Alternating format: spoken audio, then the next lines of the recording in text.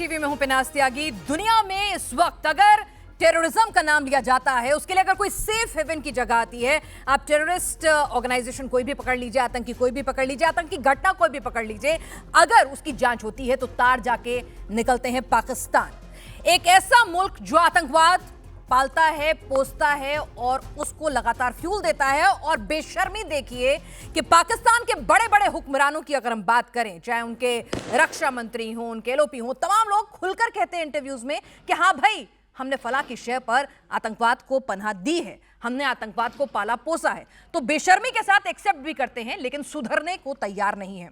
UN की 15 आतंकियों की लिस्ट में अकेले पाकिस्तान के 12 आतंकी शामिल हैं। दुनिया के किसी कोने में अगर आतंकी वारदातें हो जाएं तो सबसे पहला खुलासा जो होता है वो कहते हैं भाई आतंकियों का पाकिस्तानी कनेक्शन है। जिन आतंकियों का खात्मा हो गया वो पाकिस्तानी थे, जो जिंदा हैं वो भी पाकिस्तानी हैं, जो आतंकी बनने की राह पर हैं उनका ट्रेनिंग ग्राउंड भी पाकिस्तान है और बाकायदा पाकिस्तान की आर्मी आईएसआई उनको ट्रेन करती है। ऑस्ट्रेलिया के सिडनी में जो टेरर अटैक हुआ है उसके गुनहगार दोनों बाप बेटे पाकिस्तानी हैं। इससे पहले लंदन हो, पेरिस हो, न्यूयॉर्क हो, हर जगह आतंकी घटना होती है, कनेक्शन पाकिस्तान से जुड़कर मिलता है। भारत में होने वाली घटनाओं में तो 100% पाकिस्तानी आतंकी शामिल मिलते हैं। बांग्लादेश के ढाका में कैफे में हुए आतंकी ब्लास्ट के तार भी पाकिस्तान से ही जुड़े थे। दुनिया के टॉप आतंकियों की अगर फहरिस्त की बात करें जो यूएन ने बैन किए, लादेन से लेकर मसूद अजहर तक, हाफिज सईद से लेकर सैफुल्लाह कसूरी तक, जैश हो, लश्कर हो, हिजबुल हो या फिर दूसरे आतंकी संगठन, सबके सब पाकिस्तानी सेंट्रिक हैं। कईयों को तो पाकिस्तान की सुरक्षा प्रोवाइडेड है, खुले में घूमते नजर आते हैं। यूएन के प्रतिबंधित संगठनों और आतंकियों की लंबी लिस्ट में पाकिस्तान की मौजूदगी 80% से ज्यादा है। नंबर 1 पर आता है यह मुल्क जब आतंकवादियों की और आतंक की बात होती है, भले ही भूखा मर रहा हो। यही वजह है कि पाकिस्तान आतंकियों का सेफ हेवन है, ये पूरी दुनिया मान रही है। और जब से मुल्ला मुनीर पाकिस्तान में ताकतवर हुआ है, पूरी दुनिया में आतंक ने फिर से सर उठाना शुरू कर दिया है। मुल्ला मुनीर और टेररिज्म का जो कनेक्शन बन रहा है उस पर भी बात करेंगे। क्या जब मुनीर हटेगा, मुनीर मरेगा, तभी दुनिया बचेगी? या दुनिया को बचाना है तो मुनीर को निपटाना सबसे जरूरी है? मुनीर की जो नीतियां हैं वो क्या आतंक परस्त और रेडिकलाइजेशन की तरफ है? आज इसी पर होगी चर्चा, लेकिन सबसे पहले आपको सुनवाते हैं कि कैसे खुद पाकिस्तानी ही अपने मुल्क को लानत भेजने लगे और वो बता रहे हैं बाकायदा फेरिस्त निकालकर, देखो भाई, नाम कोई भी हो, मुल्क कोई भी हो, आतंकी हमला कहीं का भी हो, है तो पाकिस्तानी।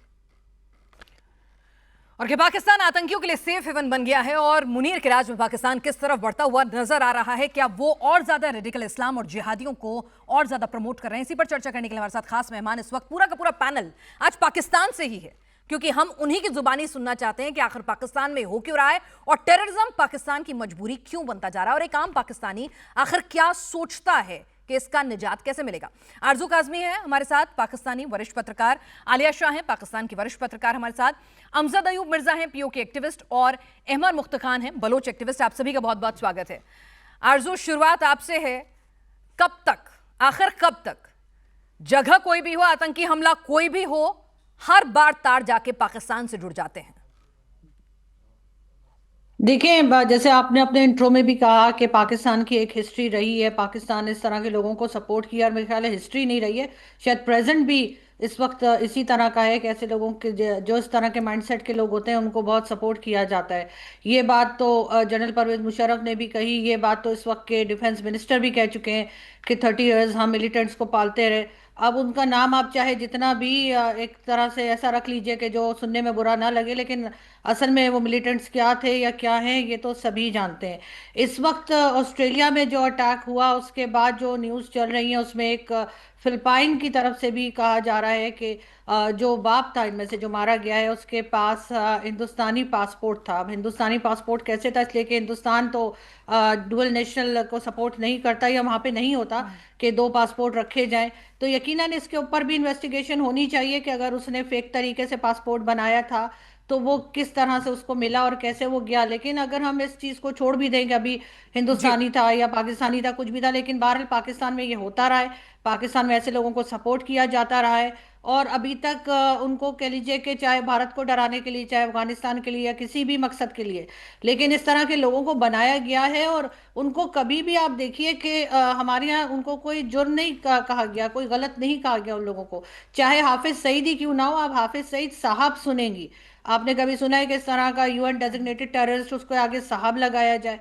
तो यहाँ पर तो यही हालात हैं और इसी तरह के लोग हैं। और अगर आप ये देखें कि सलमान तासीर साहब को जिस आदमी ने मारा था, उसका इस्लामाबाद, जहाँ मैं मौजूद हूँ, वहाँ पे मकबरा तक बना दिया। उसके लिए लॉयर्स बाहर निकले, एक बड़ी बहुत बड़ी तादाद में उसका जनाजा किया गया।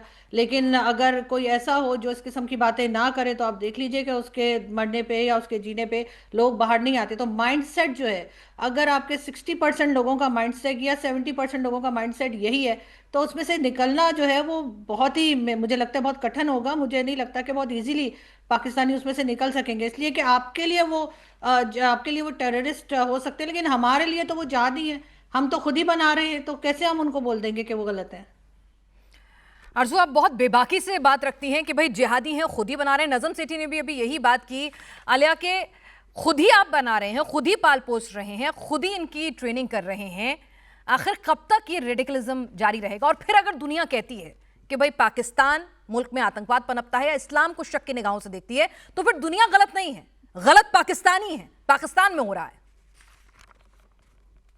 जी बहुत शुक्रिया। देखें, सबसे पहले तो आपने कहा कि कब तक जारी रहेगा। माइंडसेट का आप अंदाजा इससे कीजिए कि कल से लेकर अब तक जब ये आ रहा है कि पाकिस्तान ओरिजिन से ताल्लुक रखने वाले ये जो दहशतगर्द जिन्होंने वहां पे दहशतगर्दी की ऑस्ट्रेलिया में हैं, तो इन्होंने दहशतगर्दी की जिनका के ताल्लुक पाकिस्तान से निकल रहा है, तो सब सन्नाटे में थे और बहुत ज्यादा ये कह रहे थे कि कैसे हो सकता है, मतलब ऐसे जो जहन है वो। लेकिन अब जब अगर जो फिलिपाइन है उनकी अथॉरिटीज की तरफ से ये कह दिया गया कि इनमें से एक इंडियन पासपोर्ट पर सफर करके फिलिपाइन पहुंचा था, तो सब इसके ऊपर खुश हो रहे हैं और कह रहे हैं कि देखिए हमारे पर इल्जाम आ रहा था, तो देखिए अब तो इंडिया का नाम निकल आया। मेरा सवाल ये है कि ये तो बाद में इन्वेस्टिगेशन होगी तो पता चलेगा कि कहाँ से निकले, क्योंकि अभी तो ऑस्ट्रेलिया की अथॉरिटीज भी इसके ऊपर कोई ये नहीं जी। बता रही कि कहाँ से हुआ। ये भी जो मनीला फिलिपाइन है उनकी तरफ से ये कहा गया, ऑस्ट्रेलिया की तरफ से अभी कुछ नहीं नहीं कहा कहा गया गया। जी। लेकिन मैं देख रही थी CNN और BBC, इन सब में ये पब्लिश हो रहा है। लेकिन मेरा सवाल ये है, एमल कांसी कहाँ से पकड़ा गया था? यूसुफ रमजी कहाँ से पकड़ा गया था? अबू उबैदा कहाँ से पकड़ा गया था? उसामा बिन लादेन कहाँ से पकड़ा गया था? ये तो बहुत छोटे दहशतगर्द है उनके मामले में, जितने बड़े दहशतगर्द वहां से पकड़े गए, उसके बाद इस बात पर सिर्फ खुश होना कि कोई एक पकड़ा गया आपसे है या नहीं। आपको फिक्रमंदी ये करनी चाहिए कि इस वक्त पूरी दुनिया में जिस जगह पर भी दहशतगर्दी होती है, तो सब यही कहते हैं कि इनमें से कोई ना कोई पाकिस्तानी निकलेगा। शर्म की बात तो ये है। आप देखिए कि बिन लादेन से बड़ा कोई दहशतगर्द था दुनिया में? सबसे बड़ा दुनिया का दहशतगर्द एबटाबाद से पकड़ा गया, कोई पिंडी से पकड़ा जा रहा है, कोई डेरा गाजी खान से इमल खान से पकड़ा जा रहा है, जो दुनिया के सबसे बड़े टेररिस्ट है हम्म। वो वहां से पकड़े जा रहे हैं। और इसके बावजूद जब ये बात अगर कर दें हम, अगर हम ये कह दें कि भाई सारे दहशतगर्द वहां पर पले बढ़े वहीं पर, आप मुझे बताएं जो तालिबान हैं जो इस वक्त पाकिस्तान में फट रहे हैं, टीटीपी के जितने लीडर्स हैं सब के सब पाकिस्तान में पले बड़े जवान हुए, वहीं की यूनिवर्सिटीज कॉलेजेस से तालीम हासिल की। अफगानिस्तान की जितनी गवर्नमेंट है, जितने मिनिस्टर्स हैं इस वक्त, सब पाकिस्तान में पले बढ़े, वहीं से एजुकेशन हासिल की। तो मसला ये है कि जब आप ये कैसे इससे इनकार करेंगे कि आपकी पैदावार है, वहीं पर पैदा होते हैं, वहीं पर आप बनाते हैं, वहीं पर पलते बढ़ते हैं, आप कैसे इससे इनकार करेंगे जबकि आपका जुग्राफिया, हिस्ट्री, हर चीज ये बता रही है कि वहां से निकलता है दहशतगर्द। तो इसको खत्म करने के लिए देखें, इस जो एक आप कह लें परसेप्शन नहीं बल्कि रियलिटी को खत्म करने के लिए ये जरूरी है कि आप अपने मदरसों को खत्म करें, आप वहां पर रिफॉर्म्स लाएं। हमेशा से बात की जाती है जी रिफॉर्म्स लाई जाएं, वहां पर जो करिकुलम है उसमें तब्दीली लाई जाए, मदरसों को खत्म किया जाए, सिर्फ बात होती है। आज तक प्रैक्टिकली इसके ऊपर कोई काम नहीं हुआ। तो मैं ये समझती हूँ कि जब तक इसके ऊपर आप प्रैक्टिकल वे में काम नहीं करेंगे, आप वहां से दहशतगर्दी को उस वक्त तक खत्म नहीं कर सकते। वहां पे जो पैदा होते हैं वो इसी तरह पल बढ़कर बाहर निकल के यही कुछ करते रहेंगे।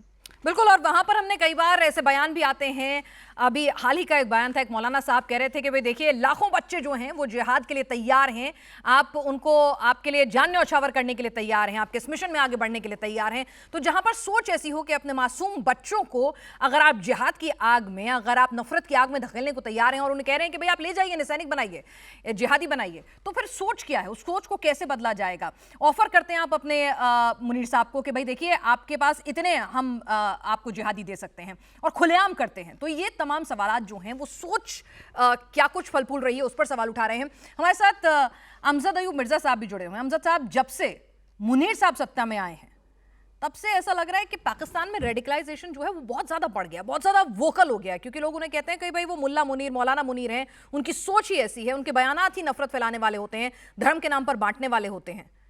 तो वो क्या और ज्यादा पाकिस्तान में आतंकवाद था, है, रहेगा, लेकिन और ज्यादा उसमें जिसे कहते हैं फ्यूल अप कर रहे हैं उसे। जी बहुत शुक्रिया। देखिए बात यह है कि मुल्ला मुनीर हो या जनरल ज़ियाउल हक हो या बेनज़ीर भुट्टो हो या नवाज शरीफ हो, ये एक स्टेट पॉलिसी है। टेररिज्म टेररिज्म का ताल्लुक जो है वो किसी फर्द से नहीं है, किसी इंडिविजुअल से नहीं है कि ये इमरान खान प्राइम मिनिस्टर बनेगा तो टेररिज्म खत्म हो जाएगा, या नवाज शरीफ प्राइम मिनिस्टर बनेगा तो टेररिज्म खत्म हो जाएगा, या आसिम मुनीर तीनों फोर्सेस का चीफ बन जाएगा तो टेररिज्म खत्म हो जाएगा। ये स्टेट पॉलिसी है पाकिस्तान की, टेररिज्म। और इससे कोई फर्क नहीं पड़ता कौन आता है कौन जाता है। तालिबान जो है ये बेनजीर भुट्टो के दौर में बने वजीर दाखिला जनरल थे जो उन्होंने इसको बनाया। तो ये एक बात तो क्लियर करें कि ये इसका इंडिविजुअल से ताल्लुक नहीं है, इसका ताल्लुक स्टेट से है, स्टेट पॉलिसी से है। नंबर 2, मैं थोड़ा सा बैकग्राउंड में जाना चाहूंगा।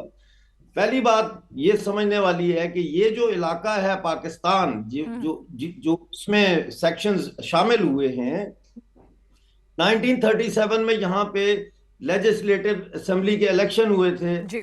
उसमें जो है वो मुस्लिम लीग जो है वो पंजाब में 84 सीट्स जीती थी, ठीक है ना। और लेकिन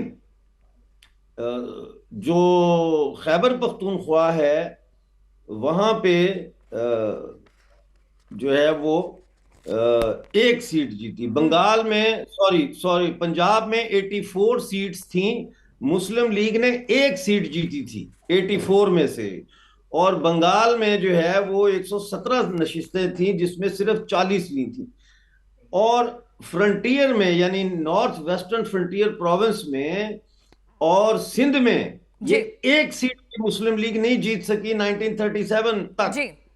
तो उसके बाद 10 साल में पाकिस्तान कैसे बन गया और ये मुस्लिम लीग कैसे आ गई यहां?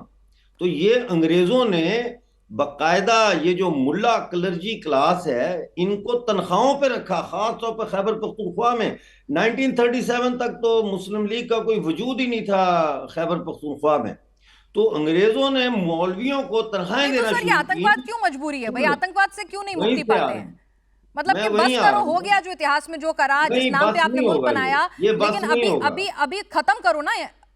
नहीं होगा। शर्म नहीं आती इस मुल्क को कि भाई बार बार नाम आता है, आपके आवाम शर्मिंदा होता है, उनकी तो कोई गलती नहीं है ना। बात तो सुन लेना पूरी। जी बात सुन ले पूरी। ये जो अंग्रेजों ने मौलवियों की क्लास पैदा की, तनख्वाहदार, इनका मकसद ये था कि ये भारत के अंदर चलने वाली जो तहरीक आजादी है इसके खिलाफ बात करें मस्जिदों में, कांग्रेस के खिलाफ बात करें मस्जिदों में। और अंग्रेजों का जो है वो अहले किताब के नाम पे कि भाई हम इब्राहिमिक रिलीजन है सारे, तो अहले किताब के नाम पे वो अंग्रेजों को सपोर्ट करें। और चूंकि हिंदू अहले किताब नहीं है, इब्राहिमिक रिलीजन नहीं है, इसलिए वो काफिर है, वाजिबुल कत्ल है। ये सारा करके उन्होंने नॉर्थ वेस्टर्न फ्रंटियर प्रोविंस में और पंजाब में ये क्लास पैदा की। और आज तक अंग्रेज ही इनको फंड कर रहा है भाई। अमेरिका पहले ब्रिटिश कर रहे थे, वो भी कर रहे हैं, आज अमेरिका इनको फंड कर रहा है और अपने मकसद के लिए इस्तेमाल कर रहा है। 1968 और 70 के दरमियान इतनी बड़ी जो तहरीक चली, सुन ले बात आखिरी, पाकिस्तान में ईस्ट पाकिस्तान और वेस्ट पाकिस्तान में जो इतनी बड़ी तहरीक चली सोशलिज्म के नाम पे, रेवोल्यूशन के नाम पे, उस तहरीक को मौलवियों ने खून में डुबोया 5 साल लगा के, जिसके बाद 11 साल का मार्शल लॉ लगा यहां। उस मार्शल लॉ को किसने सपोर्ट किया? मार्गरेट थैचर ने, रोनाल्ड रेगन ने। इन लोगों ने पैसा दिया अफगानिस्तान को बर्बाद करने के लिए। और हिंदुस्तान में पंजाब से मौलवी कश्मीर भेज भेज के इन्होंने हिंदुस्तान को जो है वो आतंकवाद का निशाना बनाया। तो ये बात समझने वाली है कि इसकी जड़ जो है वो अंग्रेज और अमेरिकन पॉलिसीज हैं इस खित्ते में। और ठीक है, लेकिन अब तो वहां के मुल्कों चाइना तक भी ने, आतंकी आग फैल रही है ना, वहां भी जाके आतंकी हमले हो रहे हैं जिनके कनेक्शन पाकिस्तान से निकलकर सामने आ रहे हाँ हैं। तो तो ये जो इतना आसानी से आपने बोया मसला था हल नहीं वही होगा। काटने की नौबत आ रही है। हमारे साथ अहमद मुस्तकान साहब भी जुड़े हैं। अहमद मुस्तकान साहब, आजकल एक बड़ा स्लोगन सुनते हैं, ये जो दहशतगर्दी है उसके पीछे वर्दी है। तो क्या वर्दी ही आतंकवाद को पाल पोस रही है पाकिस्तान में? इसके बार बार सबूत भी मिलते हैं और मुनीर के जी, आपका आने बहुत से ये शुक्रिया। और ज्यादा एग्रीवेट हो गया है जब से मुनीर आए हैं। अ, जी नमस्कार। देखें, मेरा ताल्लुक ज़ाहिर है बलूचिस्तान से है, और जो हम बलूचिस्तान में इनकी फौजियों की जो दहशतगर्दी देख रहे हैं, इसकी तो मिसाल आपको पूरे दूसरे इलाकों में पाकिस्तान की नहीं मिलेगी। हमारे साथ तो ये war crimes, crimes against humanity, हमारे महिलाओं का अगवा, हमारे महिलाओं की भी अब जबरी गुमशुदगी शुरू हो गई है। पहले मर्दों तक था, अब ये औरतों के ऊपर भी हाथ लगा रहे हैं। अब का 2 दिन पहले वहाँ इंटरनेशनल ह्यूमन राइट्स डे का हुआ क्वेटा में। वहाँ से जो लोगों ने अटेंड किए उनको गायब कर दिया डिप्टी कमिश्नर ने। पूरे पाकिस्तान में इस वक्त ना कोई कानून है, ना कोई अदलिया है, कुछ इंसाफ के कोई मौका नहीं है। यहाँ पर अनडिक्लेयर्ड मार्शल लॉ है।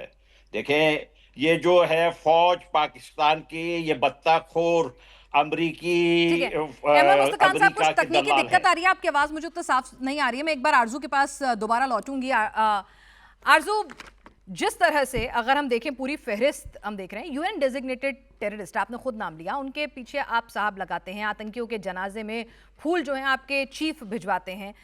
तो मैसेजिंग क्रिस्टल क्लियर है, दुनिया भले ही कुछ भी कहती रहे, हम आतंकवाद को जारी रखेंगे, इसको लेकर हमारी पॉलिसी में कोई शर्मिंदगी नहीं है। हम एक्सेप्ट भी करते हैं कि हम दूसरे के कहने पर हमने आतंकवादी पाले पोसे, अब अपने फायदे के हिसाब से जहां जहां जरूरत है हम उस हिसाब से पालते पोसते रहेंगे।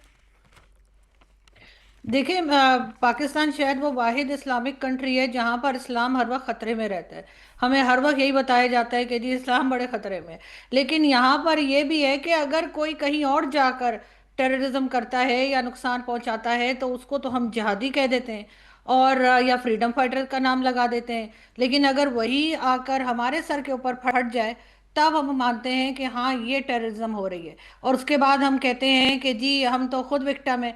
अब अगर कोई सुसाइड बॉम्बर जो है वो कहीं जाकर फट जाए और लोगों को मार दे तो वो अपने आप को विक्टिम तो मेरे ख्याल है उसको नहीं कहना चाहिए।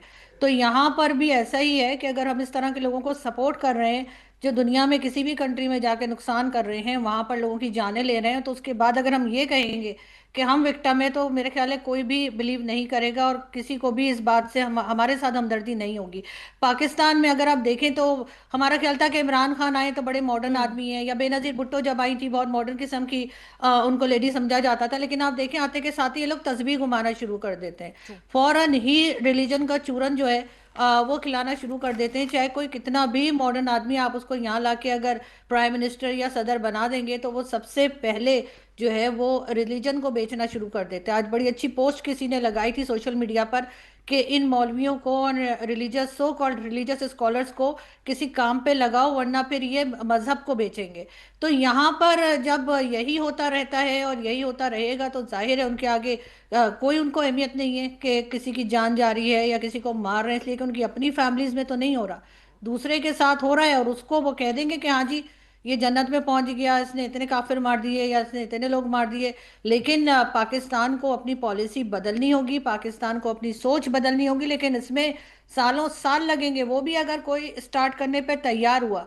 जाउल हक का जमाना भी ऐसा ही था कि जिसमें के लोग कहते हैं कि बहुत ज्यादा रिलीजन को लेकर आए और हर जगह पर जो है बहुत ज्यादा एक तरह का इस्लाम लाया गया, या वो इस्लाम जो शायद मुस्लिम ज्यादातर कंट्रीज में फॉलो भी नहीं करते, वो तकलीफदेह किस्म का रिलीजन जो है यहाँ पे इंट्रोड्यूस कराया गया और अब वो बढ़ता चला जा रहा है। चाहे कोई आर्मी चीफ आ जाए, चाहे कोई प्रेसिडेंट आ जाए, चाहे कोई आ जाए, आपको यहाँ पर वो चीज़ बढ़ती हुई दिखाई देती है। इसलिए हमें कोई एहसास भी नहीं होता। वहाँ पर ऑस्ट्रेलिया में इतने लोग मारे गए, यहाँ पर अक्सर लोग सोशल मीडिया पर जो है वो खुश होते हुए भी दिखाई दे रहे हैं कि बहुत अच्छा हो गया, कुछ और को मार देना चाहिए था। तो ये वाली सोच जो है ना, इस सोच को बदलने के लिए जो है इनको कुछ करना पड़ेगा, वरना ये आगे जाकर बहुत पाकिस्तान को जो है मजीद डैमेजेस हो सकते हैं।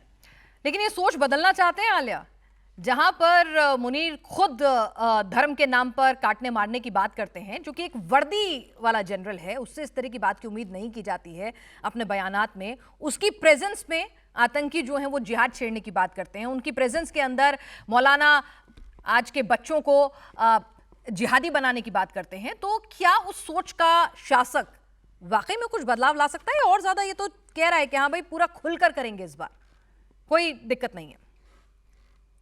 देखिए, सोच में तब्दीली जो लाना होती है वो काम होता है गवर्नमेंट का, प्राइम मिनिस्टर्स की जो पॉलिसीज किसी भी पॉलिटिकल पार्टी जो कि इक्तदार में आती है वो कैसे लेकर चलती है, अपनी एजुकेशन पॉलिसी कैसे बनाती है, उसने रेडिकलाइजेशन कैसे खत्म करनी है, ये बढ़ानी है, ये उनका काम होता है। पाकिस्तान में जो प्राइम मिनिस्टर्स या पॉलिटिकल पार्टीज इक्तदार में आने के बाद, इक्तदार में आने से पहले अगर वो बहुत मॉडर्न होते हैं, लेकिन उसके बाद अपनी सीट पर आने के बाद वो जो तस्बीह फेरते हैं या बहुत रिलीजियस हो जाते हैं, उसकी वजह यह है कि पाकिस्तान में जो मुल्ला है, मौलवी है, रिलीजियस क्लैरिक है, वो बहुत ताकतवर है। जो जुल्फिकार अली भुट्टो को फांसी हुई थी उसके पीछे भी मौलवी की ताकत थी कि उसने एक प्राइम मिनिस्टर को फांसी पर चढ़ा दिया, क्योंकि जुल्फिकार अली भुट्टो ने बहुत सारे फैसले गलत भी किए, जिसमें एक फैसला जो अहमदीस को नॉन मुस्लिम करार दिया गया, वो किस बेस पर दिया गया? मौलवियों के डर से, मौलवी के खौफ से, और मौलवी को अपने साथ मिलाने के लिए, उसका वोट लेने के लिए। तो जो पाकिस्तान का पॉलिटिशियन है वो भी किस पे चलता है कि उसे पता है कि पाकिस्तान में कितनी बड़ी तादाद मौलवी माइंडसेट की है, और अगर हमने इनको अपने साथ ना मिलाया और हमने इनकी बात ना मानी तो हमें वोट में कितना मुश्किल होगी, या हमें ये कितना तंग करेंगे। तो फिर पॉलिसीज भी वैसी बनती हैं। एजुकेशन में जब ये कहा जाता है, अभी कई बार ये बात चलती रही कि जी जो बुक्स हैं उसके अंदर से जो आपका पड़ोसी मुल्क है हिंदुस्तान, उसको आप दुश्मन कहना छोड़ दें, जो हिंदू है उसको काफिर पढ़ाना छोड़ दें। ये सब जब ये बात चलती है और जब ये चीजें खत्म करने की कोशिश की जाती है तो मौलवी उठ खड़ा होता है। वो कहता है कि तुम ये से हटा के तो देखो, तुम देखो ये हटा के मैं तुम्हारे ऊपर फतवा लगाऊंगा कि तुम जो हो वो काफिर हो। और फिर जिस तरह सड़कों पर घसीट घसीट के मारा जाता है ब्लास्फेमी के नाम पर, इसी तरह इस डर से जो पॉलिटिकल पार्टीज होती हैं वो पीछे हट जाती हैं कि नहीं, अगर हमारी दौरे हुकूमत में ये चीज तब्दील की गई, इसको हटाया गया, तो ये मौलवी तो हमें मार देगा, या ये कि हम तो मारे जाएंगे, हमें फिर कोई वोट नहीं देगा। इसकी वजह ये है कि ज्यादा बड़ी पॉपुलेशन जो है वो ऐसे ही माइंडसेट की है। तो अब आप मुझे ये बताएं कि जब ग्राउंड रियलिटीज ये हैं तो माइंडसेट कैसे चेंज होगा? इसके लिए तो सबको आगे आना पड़ेगा।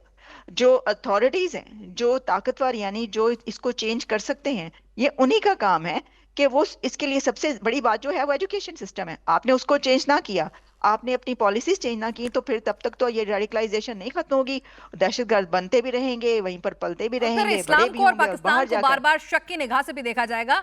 अमजद मिर्जा साहब, क्या जब से मुनीर आए हैं पाकिस्तान में, ताकतवर हुए हैं, तब से पाकिस्तान और बदहाल हो गया है और ज्यादा टेररिस्ट और टेररिज्म को पाल पोस रहा है? बस मुनीर के कैरेक्टर को अगर समझूं कि वही वही एक बड़ी बर्बादी का कारण बनेगा। अफगानिस्तान का फ्रंट खोल दिया, हिंदुस्तान का फ्रंट खोल दिया है। देखिए, ये आलिया बहन और आरजू काजमी बहुत ही ज्यादा सिंप्लीफाइड वर्जन दे रहे हैं इस पूरे प्रॉब्लम का, कि वो पहले बेनजीर जो है वो बड़ी मॉडर्न लगती थी, प्रोग्रेसिव लगती थी, बिल्कुल लगती थी और थी भी। तो जब वो इक़्तिदार में आई तो हरा सूट और सफेद जो है वो दुपट्टा पाकिस्तान का झंडे का और हाथ में तस्बीह, और इमरान खान भी प्ले बॉय से एकदम तस्बीह साहब बन गए, शेरवानी पहन ली, सारा कुछ कर लिया। ये इंडिविजुअल्स का मसला ही नहीं है। मौलवी की ताकत जो है वो रियासत है, रियासत सपोर्ट कर रही है, स्टेट सपोर्ट कर रही है इस पूरे मौलवी के क्लास को। वरना मौलवी, कितने मौलवी हैं? 30 लाख वो कहता है हमारे पास मदरसे के स्टूडेंट हैं। 25-26 करोड़ की आबादी में 30 लाख की क्या हैसियत है? जो टुकड़ों पे पल रहे हैं, जो खैरात पे पल रहे हैं, चैरिटी की रोटी खाने वाले, वो लड़ेंगे? वो लड़ सकते हैं? बात यह है कि ये स्टेट टेररिज्म है, ये रियासत ही टेररिस्ट है। जब तक ये पाकिस्तान की रियासत नहीं टूटती उस वक्त तक कोई भी आ जाए, आसिम मुनीर आ जाए, इससे अगला आएगा वो और ज्यादा जहादी होगा, कोई फर्क नहीं पड़ेगा। ये बंदे बदलने से यहाँ, या पार्टियां, नई कोई पार्टी बन जाए, कुचल देंगे उस पार्टी को। ये रियासत टूटनी चाहिए। उसका मतलब ये नहीं है कि आलिया बहन को जो है वो लाहौर या पिंडी जहां भी ये रहती हैं वहां से उठ के दिल्ली आना पड़ेगा, ये वहीं रहेंगी। ये स्ट्रक्चर जो है, इंफ्रास्ट्रक्चर इस रियासत का, वो टूटना चाहिए। और उसके लिए बलोच लड़ रहा है, वो अगर आजाद हो जाता है तो ये टूट जाता है। केपीके तो ये टूट जाता है। पीओजे के गिलगित बल्तिस्तान, ये इकट्ठे किए गए, जबरदस्ती इकट्ठे किए गए इलाके हैं, अंग्रेजों ने किए। इस इलाके में हिंदुस्तान और रूस और ये पूरे खित्ते में, सेंट्रल एशिया में गड़बड़ फैलाने के लिए ये असल नुक्ता है। असल नुक्ता ये नहीं है कि आसिम मुनीर के आने के बाद आतंकवाद बढ़ गया है।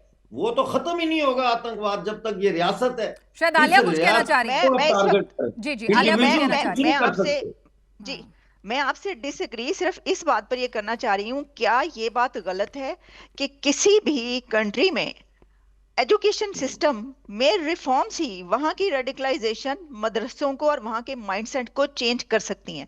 और जो एजुकेशन रिफॉर्म्स हैं वो जो पॉलिटिकल पार्टीज और जो गवर्नमेंट्स होती हैं वही ला सकती हैं अपनी पॉलिसीज चेंज करके। इसमें तो कोई दो राय नहीं है ना। आप मुझे बताएं क्या मैं गलत नहीं कह आ रही हूं? सकती ऐसा नहीं मेरी है। बहन, अगर करना चाहें, अगर करना नहीं, ये आप अलग नहीं बात कर कह रहे हैं कि सकते नहीं ना, करेंगे या नहीं नहीं कर कर। रहे, लेकिन आलिया, ये तो आप मानेंगे वहां सब कुछ फौज की मर्जी से होता है। आप और आरजू इस आलिया बात को बहन तो ये मानेंगे नहीं कि कर सब कुछ सकते वहां फौज ना। की मर्जी से होता है और फौज को सूट करती है ये थ्योरी।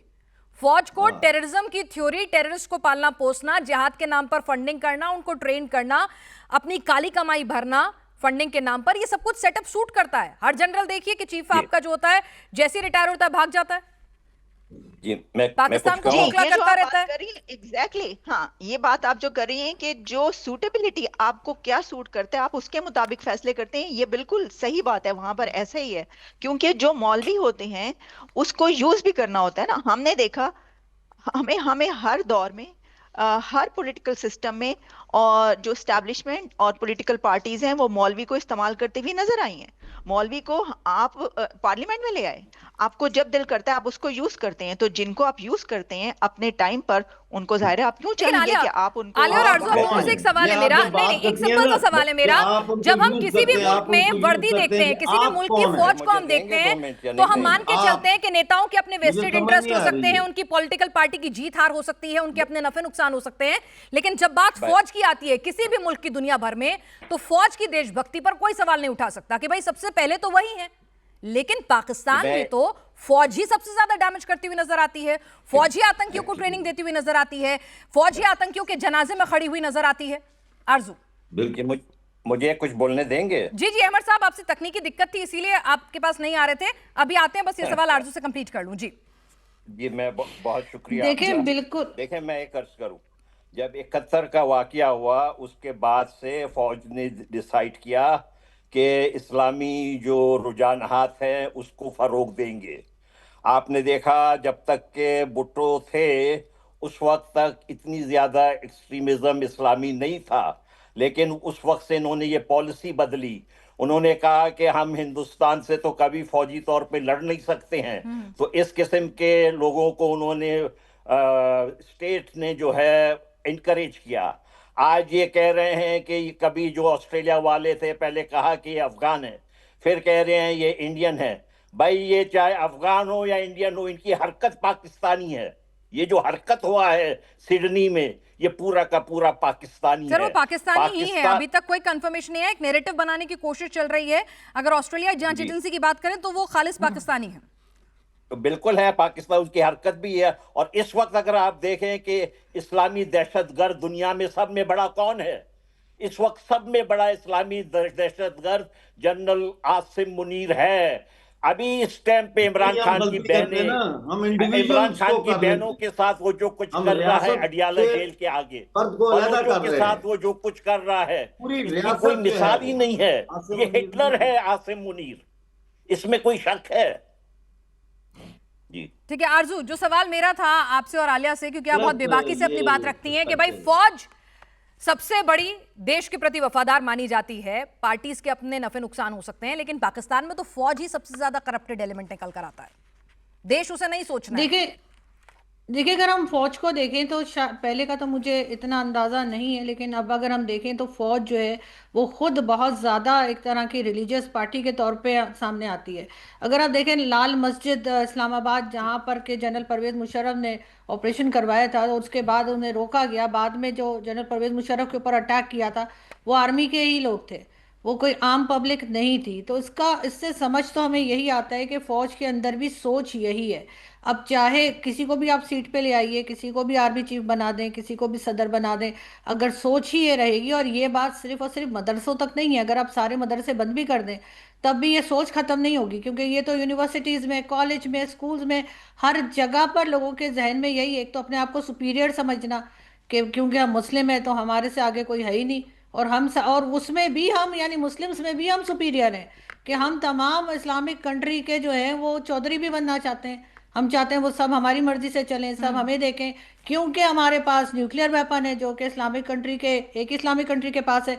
तो कई चीज़ें जो अपने सर पे सवार कर रखी हैं और अपने आप को बहुत तोप समझना शुरू कर दिया है, इस वजह से भी हमें ये प्रॉब्लम्स देखने को मिल रही हैं। और अगर आप यूनिवर्सिटी में, आपने मशाल खान का केस यकीनन देखा होगा, जो यूनिवर्सिटी का स्टूडेंट था, उसको उसी के स्टूडेंट्स ने, साथ जो क्लास फेलोज थे, उन्होंने मार डाला था ब्लास्फेमी का एक इल्ज़ाम लगाकर। तो जहां पर आप यूनिवर्सिटी के स्टूडेंट्स को इस किस्म का जिहादी माइंड के साथ देखेंगे, वहां आपसे क्या उम्मीद कर सकते हैं? मौलवी तो फिर डिजर्व करते हैं क्योंकि वो मदरसे में बैठे हैं या किसी मस्जिद में बैठे हैं कि वो इस किस्म की बातें करें, लेकिन यहाँ तो यूनिवर्सिटी में, स्कूल में, कॉलेजेस में, मॉडर्न से मॉडर्न जगह पे अगर आप जाएं तो आपको लोग ऐसी बातें करते हुए मिलते हैं कि आप देखकर आप हैरान हो जाएं कि इनकी देखने में या इनके रख रखाव में तो ऐसा नहीं लग रहा, जी। लेकिन जब बातें आप उनकी सुनते हैं तो वो इसी किस्म की एक्सट्रीमिस्ट किस्म की बातें वो कर रहे होते हैं। आलिया, एक बड़ी बात यहां पर आरजू ने की है और बहुत बेबाकी से की है कि भाई इस वक्त पाकिस्तान की फौज जो है वो एक रिलीजियस ऑर्गेनाइजेशन ज्यादा नजर आ रही है बनस्पत एक प्रोफेशनल फौज के, और ये बहुत कंसर्निंग है किसी भी मुल्क के लिए। अब आपने इदारों पे आ गए एक सेकंड, फर्द एक से सेकंड, हट के अहमद इदारे पे आ अयूब गए मिर्जा कि साहब, ये मैं देख इदारा लूं रिलीजियस आलिया हो से सवाल है, जरा 10 सेकंड दीजिए। जी आलिया। जी, आप मुझे ये बताइए कि ऐसा कब नहीं था? आपको पता है कि गया। ये जनरल बात जियाउल हक 11 साल जिसने ये गुजारे बात थे, उसने इस्लाम के नाम पर गुजारे थे। जनरल जियाउल हक ने, और हर डिक्टेटर ने इस्लाम को यूज किया। फौज कब इस्लामिक नहीं थी, या कब वहां पे रिलीजियस माइंडसेट नहीं था, या ये वाली पावर जो है इस पे नहीं चलती, ये आप कब कहेंगे? ये वहां पे तो होता ही हमेशा ऐसा है। जियाउल हक ने, जिसने पाकिस्तान की बर्बादी की, वो तो इस्लाम के नाम पर ही तो आया था। उसने कॉन्स्टिट्यूशन इस्लाम के नाम पर तोड़ा, इस्लाम के नाम पर कॉन्स्टिट्यूशन बदल डाला, सब कुछ बदल डाला। किस पे? उसने इस्लाम का नाम इस्तेमाल किया।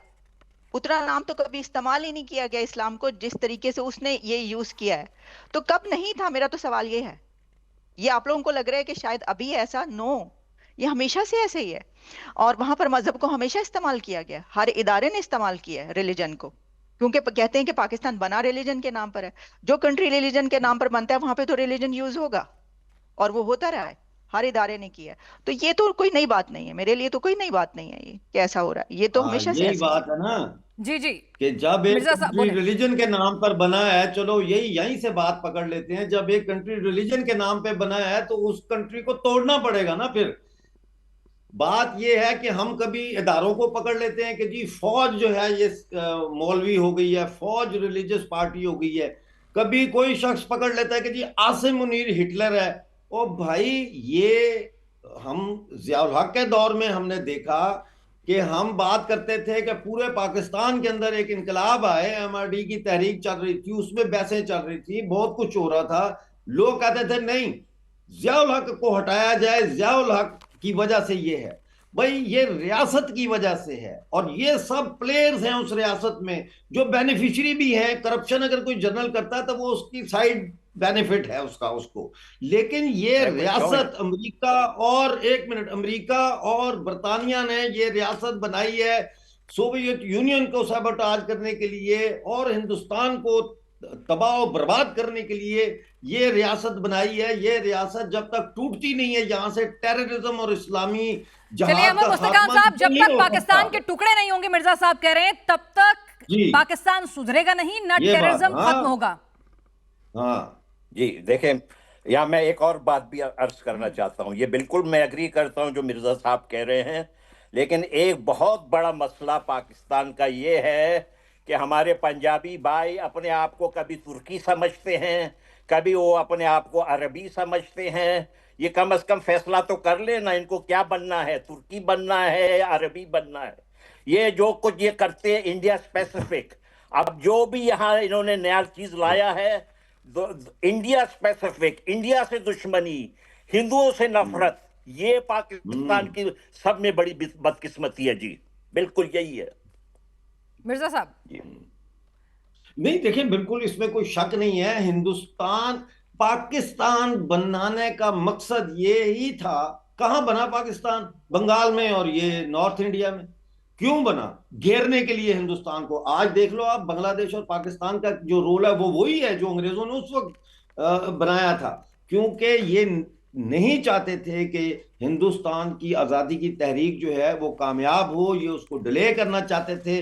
मुस्लिम लीग, जिसको मुसलमान मानते ही नहीं थे, इन्होंने, अंग्रेजों ने कहा कि नहीं, सिर्फ मुस्लिम लीग ही हिंदुस्तान के मुसलमानों की नुमाइंदा जमात है। और फिर देवबंद मदरसा, उसको मत भूलें, वो तो इंडिया में है देवबंद मदरसा। ये सारे जो बैठे हुए तालिबान, ये सारे देवबंदी हैं। तो आप वो मदरसे को भी तो देखें ना कि उसका क्या करना है आप लोगों ने, जहां से ये सारा शुरू हो रहा है और फिर फैल रहा है। ये जितने भी मौलवी अंग्रेजों ने बनाए तनख्वाह पे 10-10 रुपए, 15-15 रुपए महीना इनको देते थे, पेशावर, नौशहरा, वजीरिस्तान, ये सब जगहों पे। सर, जब जब ये आतंकी जो घटनाएं होती हैं तो हिंदुस्तान के मुसलमान का नाम नहीं आता है। दुनिया में जब आतंकी घटनाएं होती हैं वो नहीं मुसलमान आता, पाकिस्तान का नहीं निकलता है। आता। तो इसीलिए यहाँ क्या हो रहा है उसको आप छोड़ दीजिए। आरजू, नहीं, मैं अभी क्यों तो छोड़ दूं? मुनीर मैं क्यों छोड़ अभी दूं? तो मुनीर ने अपने आप को इतना नहीं, ताकतवर एक बना लिया है मिनट, कि मैं क्यों सीडीएफ और छोड़ दूं संविधान का उसको? संशोधन कर दिया है और अपने फायदे के लिए मुल्क, सेना किस तरह से टेरर की तरफ धकेलती जा रही है। इसका कुछ आपको लगता है कि मुनीर हटेगा तो इसमें कुछ ना कुछ पॉजिटिविटी हम देख नहीं सकते होगा, हैं? कुछ एक नहीं सेकंड, होगा। ठीक है, कुछ नहीं होगा, ये देखिए, मिर्जा साहब का मानना है। आरजू, आप अपना ओपिनियन दीजिए, यही क्योंकि चलेगा, ऐसे मुनीर ही ने अपने आप को चलेगा। बहुत ज्यादा शक्तिशाली बना लिया है संविधान में संशोधन करके। आप भी जानती हैं इस वक्त बिल्कुल क्लियर कट गेम चल रहा है वहां पे। देखिए, यहाँ पर जो भी आया, चाहे वो जुल्फिकार अली भुट्टो का भी हम सुनते हैं, वो कहते थे उनकी कुर्सी बहुत मजबूत है। इमरान खान, अगर मैं अभी की बात करूँ, इमरान खान कहते थे वो 10 साल के लिए आए, कोई हटा नहीं सकता। इसी तरह से ज़ियाउल हक और जितने भी, चाहे डिक्टेटर्स आए हों, चाहे सिविलियन गवर्नमेंट आई हो, जो भी आती है वो हमेशा रह जाने के लिए आती है। और इनके साथ जो इनके लोग होते हैं उनको भी ऐसे ही लगता है कि कभी नहीं जाएंगे। लेकिन कहीं ना कहीं कुछ ऐसा होता है, कहीं ना कहीं कोई ऐसी बात होती है जिससे इनको हटना पड़ता है, इनको जाना पड़ता है। इस वक्त जितनी अवेयरनेस पाकिस्तान की पब्लिक में आई है, चाहे वो सोशल मीडिया हो या सारी दुनिया के मीडिया देखकर, उस वो टाइम जो पहले था, उस तरह के लोग अब नहीं है। लोग अब बात करने लगे हैं, लोग अब बोलने लगे हैं, और शायद इसीलिए इनमें ये घबराहट भी दिखाई दे रही है। और इसीलिए बार बार कभी इमरान खान को अरेस्ट करते हैं तो कभी उनकी बहनों के ऊपर पानी फेंकते हैं जब वो प्रोटेस्ट के लिए जाती हैं। और कई बार आप देखिए जिस तरह की स्टेटमेंट आती है। अभी रिसेंटली जो DGISPR की प्रेस कॉन्फ्रेंस थी, आपने देखा होगा, कभी दुनिया में कहीं ऐसा होता है कि कोई DGISPR या इस लेवल का आदमी आकर किसी पॉलिटिशियन के बारे में बात करे जो ऑलरेडी 3 साल से जेल में। लेकिन जाहिर है यहाँ पर कुछ लोग बात कर रहे हैं, चाहे तादाद में कम है, लेकिन फिर भी लोग बात कर रहे हैं, लोग आवाज़ उठा रहे हैं। और ये घबराहट जो है, ये ना सिर्फ ये कि पाकिस्तान की मिलिट्री स्टैब्लिशमेंट तक जा रही है, उनको अपने आप को ठीक करना होगा, और नहीं करेंगे तो यकीनन खुद ही नुकसान उठाएंगे। इसमें अब बचने का कोई रास्ता है नहीं इनके पास। तो यानी कि कैसे चक्रव्यूह में पाकिस्तान एक कैच-22 सिचुएशन में फंस गया है, जहां पर वो अपने ही पाले पोसे आतंकियों से भी घिरा हुआ है और मुल्कों से उसने अदावत मूल्य ली है सो अलग। और अमेरिका सिर्फ अपने फायदे के हिसाब से चलता है और चीन और अमेरिका के बीच में भी डावाडोल उसकी स्थिति होती ही रहती है। आलिया, अभी भी अडियाला जेल के बाहर इमरान खान की बहनें जो हैं प्रोटेस्ट कर रही हैं, उनके समर्थक वहां जुटे हुए हैं। तो यहाँ पर इस वक्त मुनीर के लिए बहुत ही टफ सिचुएशन, जैसा कि यहाँ पर लगातार मुस्तकान साहब कह रहे हैं कि अब मुल्क में इंटरनल वॉर की भी सिचुएशन आ चुकी है। देखिए, इंटरनल वॉर की सिचुएशन 9 मई के बाद, 9th ऑफ मई के बाद ज्यादा थी, गंभीर थी। अब तो इमरान खान अंदर हैं और उनके जितनी जो पार्टी है वो कोई उतनी स्ट्रांग उस हिसाब से नहीं है जितनी कि उस वक्त थी। पाकिस्तान में कभी भी कोई भी पॉलिटिकल पार्टी मिलिट्री से नहीं जीती, ये आप बात जान लें, ये इतिहास है। और इसकी वजह ये है कि अब तो वो ये कहते हैं, खुद ये कहते हैं कि सिस्टम का हिस्सा है अब वो। और सबको ये पता है कि अब अगर इक्तदार में आना है तो बूट पॉलिश करके आना है, उसके बगैर नहीं आना, आने ही नहीं दिया जाएगा। तो कोई भी पॉलिटिकल पार्टी अगर ये समझती है अपने आप को कि वो मिलिट्री से ज्यादा ताकतवर है, तो ऐसा अव्वल तो कोई समझता ही नहीं है, सबको पता है हकीकत का और औकात का अपनी। लेकिन अगर कोई समझता है तो वो गलत समझता है। दूसरी बात ये है कि जो इमरान खान है उनके लिए अब जो डील की बात की जा रही थी, अगर वो डील कर लेते कि बाहर निकल जाएं कंट्री से, तो शायद वो अपने लिए कोई जगह बना पाते। और फिर उसके बाद हम देखते कि जिस तरह बेनजीर भुट्टो को मुशर्रफ ने कहा गलती हो गई, लेकिन फिर भी वापस ले आए और रिकंसिलिएशन की बुनियाद पर जो है हुआ। अदरवाइज इमरान खान की ना सिर्फ ये कि जो लड़ाई है वो अपने पॉलिटिकल राइवल्स के साथ है, बल्कि उससे कहीं ज्यादा स्टैब्लिशमेंट के साथ है, मिलिट्री के साथ है और जर्नैलों के साथ है। तो ऐसी सिचुएशन में जब उनके राइवल्स जो हैं वो इक़्तिदार पर हों और साथ में जो मिलिट्री है उस वो एक सिस्टम का हिस्सा हो, तो उसके अंदर मुझे ऐसा नहीं लगता, अगर आप ग्राउंड रियलिटीज की तरफ देखेंगे, कि उनके लिए कोई राह हमवार होती हुई दिखाई दे रही है।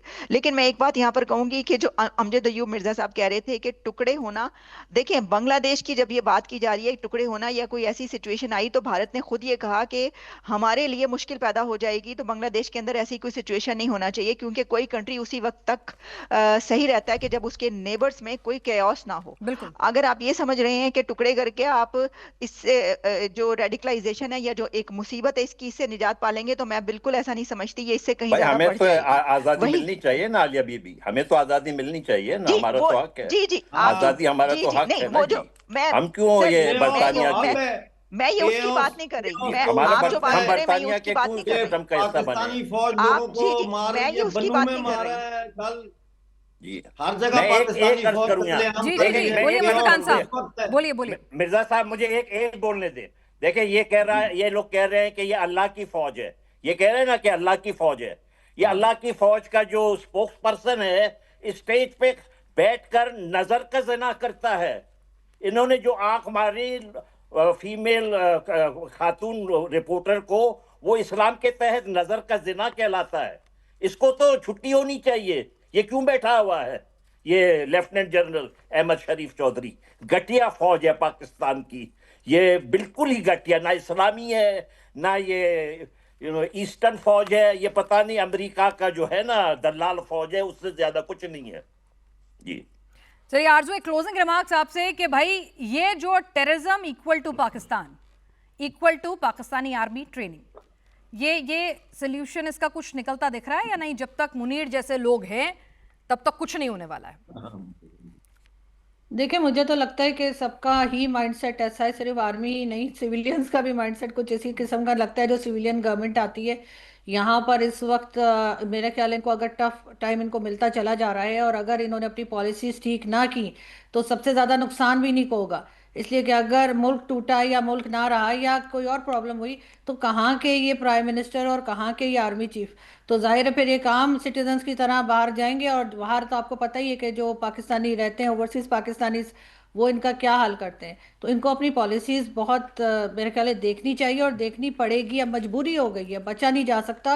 अब जो है बिल्कुल बात जो है वो आखिर लेवल तक जा चुकी है और अब इनके पास कोई रास्ता नहीं है जहाँ से ये छुप सकें, बच सकें, क्योंकि जितने ये नई नई चीज़ें लेकर आते हैं पाबंदी लगाने के लिए या लोगों को डराने के लिए, लोग उससे डर नहीं रहे। लोग बात कर रहे हैं, लोग पाकिस्तान में बैठकर बात कर रहे हैं, पाकिस्तान से खुल्लम खुल्ला अपनी आईडी के साथ बात कर रहे हैं। तो अब लग ये रहा है कि अब कुछ ना कुछ चेंज, हम लोग उम्मीद यही लगा रहे हैं कि कुछ ना कुछ बेहतर चेंज आएगा। चलिए तो अब जो टेररिज्म का जो घड़ा है एक तरह से वो पूरा भर चुका है और इसको पालने पोसने वालों को आरजू कह रही हैं कि कुछ ना कुछ तब्दीली इसमें करनी होगी, क्योंकि घड़ा फूटेगा तो अपने साथ सबको बहा ले जाएगा। आप सभी इस चर्चा में शामिल हुए और इतनी बेबाकी से अपनी राय रखी, आपका बहुत बहुत शुक्रिया।